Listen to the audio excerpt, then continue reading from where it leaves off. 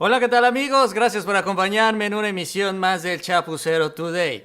El día de hoy llegó una carta, llegó un texto por parte de estas organizaciones en los Estados Unidos, organizaciones que aglutinan a las empresas petroleras de aquel país, quejándose en contra del presidente López Obrador y en contra de la reforma que ha impulsado y que ya incluso está vigente en nuestro país. Esta reforma en el sector de hidrocarburos, y es que están inconformes por las facultades que ahora tiene el gobierno federal de sancionar una actividad en la cual ellos se han visto muy beneficiados, que es por el contrabando de los combustibles. Hoy el presidente López Obrador, antes de tener conocimiento de esta carta, o que se hiciera cuando menos público, se refirió a este tema muy importante y la manera en la que se ha siempre, bueno, no siempre, desde hace muchos años, enviado este combustible de contrabando desde aquel país hacia México, obviamente en contra de los intereses del gobierno de nuestro país, sin pagar impuestos, afectándonos a los mexicanos.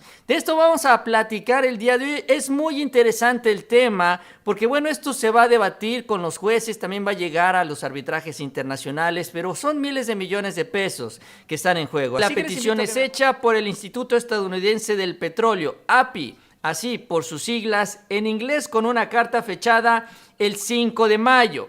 Este instituto en los Estados Unidos pues aglutina alrededor de 600 corporaciones, 600 empresas de aquel país involucradas en producción, refinamiento, distribución y otros aspectos también de la industria petrolera. Es la agrupación más grande de los Estados Unidos, la que se pronuncia ahora en contra del gobierno mexicano. En la carta, la API expone que el presidente López Obrador ha encabezado estas enmiendas legales, sobre todo en la industria eléctrica y en la ley de hidrocarburos, para favorecer a Pemex y a la Comisión Federal de Electricidad. Y señalan textualmente en su texto: el denominador común de ambas leyes es obstaculizar la inversión privada. Así es como ellos expresan esto en el sector energético, así como destruir el valor de los activos privados que ya están en este rubro. Y es que miren lo que dicen. ¿Qué hacen los petroleros hablando del sector eléctrico? Por cierto, esto llama la atención, ahorita lo comentamos. Dicen, la electricidad, esto lo dicen en su texto, se volverá más cara y más contaminante. La mexicana Pemex tiene un exceso de oferta de combustóleo que el gobierno planea utilizar en las centrales eléctricas de la CFE, ya que no ha podido venderlo en los mercados internacionales. Ahora, ¿qué hacen, repito, estas petroleras hablando del sector eléctrico y de las energías limpias? A ellos no les convienen las energías limpias, al contrario, les afecta a la industria. A ellos les conviene que el gobierno pues utilice este tipo de fuentes de energía, pero el problema es que ahora ya no se las van a comprar a ellos, sino se las van a comprar a Petróleos Mexicanos. Ese realmente es el gran problema, no es el medio ambiente, esa es una gran mentira. Un acuerdo, pero la realidad es muy distinta. La realidad es que desde hace muchos años, o varios años, desde el sexenio anterior sobre todo, cuando creció el contrabando, un gran contrabando de los combustibles de los Estados Unidos hacia nuestro país. Mientras más dependientes nos convertimos de Estados Unidos, bueno, sabemos, se incrementó la importación a México, la importación legal, la importación que pasa por todos los filtros aduanales. Sin embargo, también se incrementó el contrabando, en donde ellos, por ahorrarse el pago de impuestos, pueden hacer todavía negocios más jugosos, a costa obviamente del erario de nuestro país y de todos los mexicanos, porque a nosotros nos siguen cobrando la gasolina a precio completo. Y aquí ahora entonces, con la nueva ley, pues si ellos siguen o los cachan realizando este contrabando, pueden perder sus gasolinerías. Pueden perder sus almacenes, donde justamente guardan este combustible importado. Esto ya es lo que les empieza a preocupar. Y es que sí, de aduanas, nada más para que... Y esto además, porque se los mando a avisar a los contrabandistas y a los distribuidores. El 2 de marzo, mandos militares quedaron al frente de la Administración de Aduanas para frenar el contrabando fiscal. Tomamos esa decisión de que en los puertos, la Marina y en las aduanas de la frontera, la Secretaría de la Defensa. Como resultado, se estima que durante el mes de marzo las ventas de gasolinas y diésel incrementaron 47.8 millones de barriles diarios, lo que representa 6.7 de las ventas totales. O sea, Pemex vendió más. Sí. Esto implicó un incremento en los ingresos en Pemex de 2.345 millones de pesos. Y el país recibió por impuestos a los combustibles 2.338. Todo esto porque se evitó el contrabando de gasolinas y de diésel. Esta cantidad solo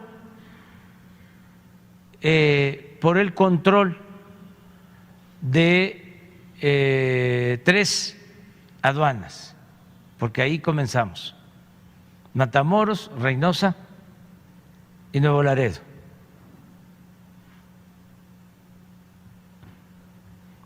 Eso es lo que tenía estimado Pemex